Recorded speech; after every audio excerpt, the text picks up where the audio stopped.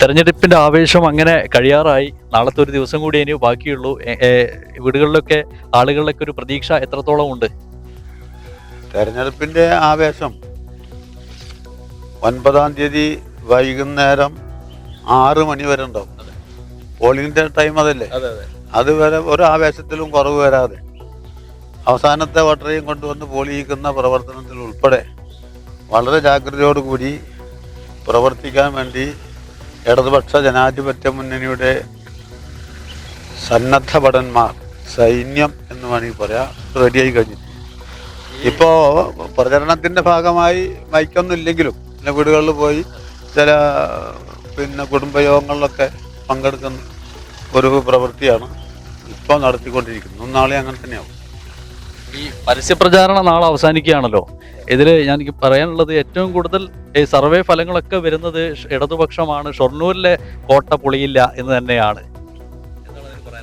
അതെ, ഷൊർണൂരിലെ കോട്ട പൊളിയില്ല എന്നുള്ളത് അത് അവർ വസ്തുതകൾ തെളിവിൻ്റെ അടിസ്ഥാനത്തിൽ, ബോധ്യത്തിൻ്റെ അടിസ്ഥാനത്തിൽ പറയാണ്. എല്ലാ സർവേകളും അങ്ങനെ തന്നെയാണ്. സർവേയിൽ പറയുന്നത് 46 പോയിന്റ്, മാതൃഭൂമി സർവേയിൽ അങ്ങനെയൊക്കെ ഉണ്ട്.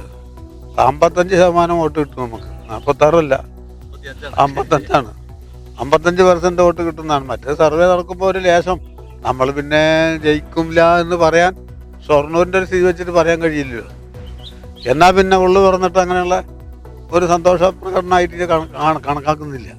എല്ലാവരും ജയിക്കും തന്നെ പറയുന്നത്. ഈ ഷൊർണൂരിലെ LDFന്റെ പ്രവർത്തകർക്ക് ഒരു പ്രത്യേക ആവേശമാണ്. കാരണം ഇത് ഞങ്ങളുടെ മണ്ഡലമാണ്, ഇവിടെ ഞങ്ങൾ ജയിച്ചിരിക്കും.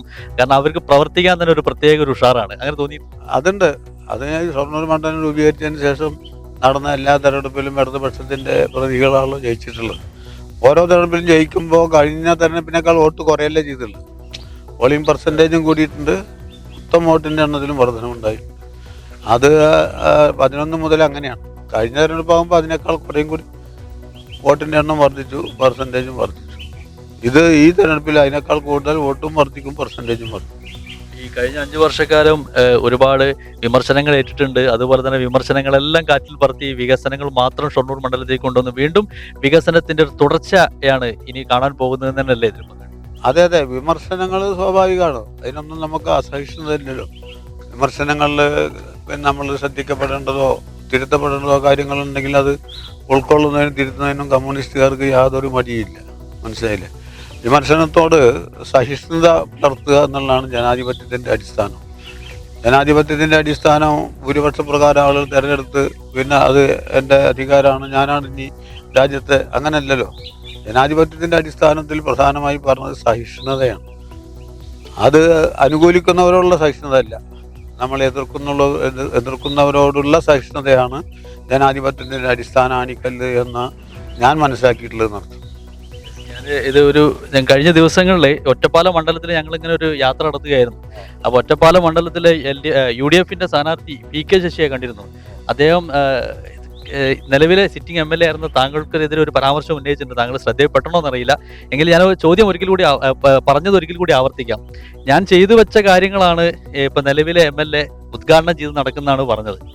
അത് ഉമ്മൻചാണ്ടി വിഴിഞ്ഞം പദ്ധതി ഞാൻ കൊണ്ടുവന്നാന്ന് പറഞ്ഞോട് സമാനാണെന്ന് അത്രേ അതിൽ പറയുന്നുള്ളൂ.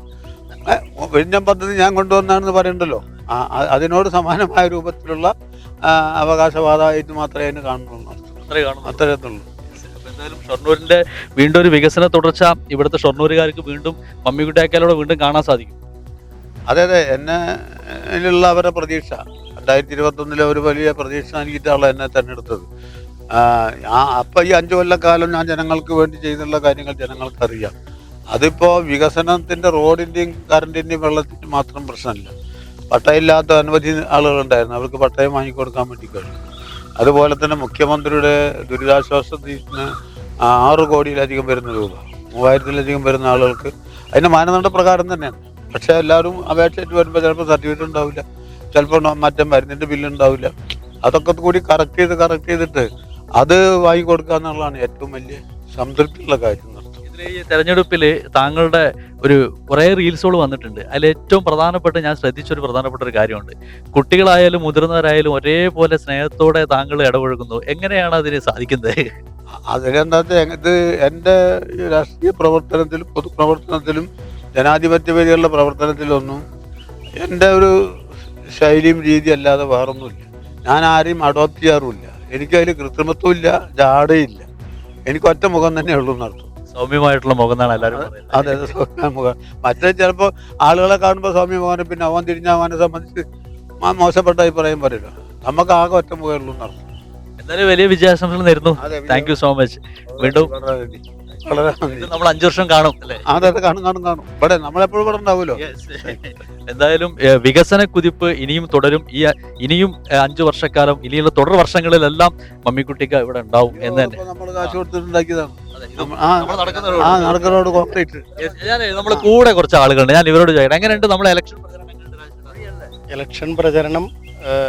നല്ല രൂപത്തിൽ. അത് മമ്മിക്കുട്ടിക്ക എന്ന സ്ഥാനാർത്ഥി ഈ മണ്ഡലത്തിൽ നമ്മൾ ഒരു വീട്ടിൽ ചെന്നാൽ പരിചയപ്പെടുത്തേണ്ട ഒരു ആവശ്യം പോലും ഉണ്ടാവുന്നില്ല. ഇപ്പൊ നേരത്തെ പറഞ്ഞല്ലോ, ഏതൊരാളോടും അയാളിൽ ഒരാളായിട്ട് സംസാരിക്കുന്ന, അവരുടെ കൂടെ നിൽക്കുന്ന ഒരാളാണ്. എനിക്കൊരു MLA അപ്പുറത്തെ നമ്മുടെ വീട്ടിലൊരാളോട് എങ്ങനെയാണ്, അതാണ്.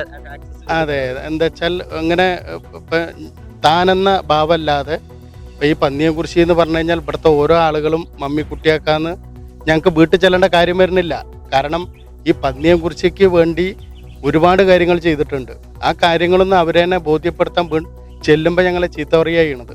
കാരണം എതിരാളികളുടെ വീട്ടിലേക്ക് ചെല്ലാനാണ് പറയണത്. ആവശ്യമില്ല എന്ന് പറയാണ്. കാരണം ഇപ്പോൾ 4.5 കോടി റുപ്യാണ് പന്നിയൂർച്ചി റോഡിന്. ശേഷം 1 കോടി വീണ്ടും തന്നു. ഈ ചെറിയ റോഡിന് ഇവിടെ 15 ലക്ഷം റുപ്യ വെച്ചിട്ടാണ് ഇപ്പോൾ ഈ റോഡിൻ്റെ തൊട്ടപ്പുറത്താണ് അംബേദ്കർ ഗ്രാമം. 1 കോടി രൂപ തന്നിട്ട് ഇപ്പം അതിൻ്റെ പണി നടന്നുകൊണ്ടിരിക്കുക. നിങ്ങൾക്കിപ്പോൾ പോയാൽ കാണാം. ഇങ്ങനെ കണ്ണിൻ്റെ മുമ്പിലുള്ള വെളിച്ചത്തെ കാണാതെ പോവാൻ പന്നിയെക്കുറിച്ചുള്ള ജനതയ്ക്ക് കഴിയണില്ല എന്നുള്ളതാ പ്രശ്നം. ഒരു കാര്യം ചോദിക്കട്ടെ, ഈ മമ്മിക്കുട്ടിയൊക്കെ എല്ലാ സമയത്തും സജീവമാണ്, എല്ലായ്പ്പോഴും ആളുകൾക്കിടയിലാണ്. നേരത്തെ പറഞ്ഞതുപോലെ മമ്മിക്കുട്ടിയൊക്കെ എപ്പോഴും പറയുന്നൊരു സംവിധാനം, ഒരു പറയുന്നൊരു ഡയലോഗ് ഉണ്ട്, ഞാൻ ഈ തെരഞ്ഞെടുപ്പ് സമയത്ത് എന്നെ കെട്ടിയിറക്കിയ ആളല്ല, ഞാൻ ഇവിടെ ഉള്ള ആളാണ്. എന്താണ് മമ്മിക്കുട്ടിക്ക് പറഞ്ഞാൽ ചെറുപ്പശ്ശേരിയും ഷെർണൂരിലും ഏത് ചെറിയ കുട്ടിക്ക് പോലും മമ്മിക്കുട്ടിക്ക് പറഞ്ഞാൽ അറിയും. അത്രയും സുപരിചിതനാണ് ഈ നാട്ടില്. അതൊരു ഈ തെരഞ്ഞെടുപ്പുമായി പോയിട്ടില്ലെങ്കിലും ചെന്നിട്ടില്ലെങ്കിലും ഏത് വീട്ടിൽ ചെന്നാലും മമ്മിക്കുട്ടിയെ അങ്ങനെ പറഞ്ഞാൽ അതറിയും. കാരണം മമ്മിക്കുട്ടിയൊക്കെ എങ്ങനെയാ വെച്ചാൽ ഒരു പ്രദേശത്ത് എന്തെങ്കിലും ഒരു പ്രശ്നം അല്ലെങ്കിൽ ഒരു വീട്ടിൽ എന്ത് മരണം എന്ത് കാര്യമായാലും ഇന്ന് അവിടെ എത്താൻ കഴിഞ്ഞില്ലെങ്കിൽ പോലും പിറ്റേ ദിവസമെങ്കിലും സഖാവ വീട്ടിലെത്തും. അതൊക്കെ തന്നെ അതിൻ്റെ ഏറ്റവും വലിയ പ്രധാന എല്ലാവർക്കും അറിയുന്നതാണ്.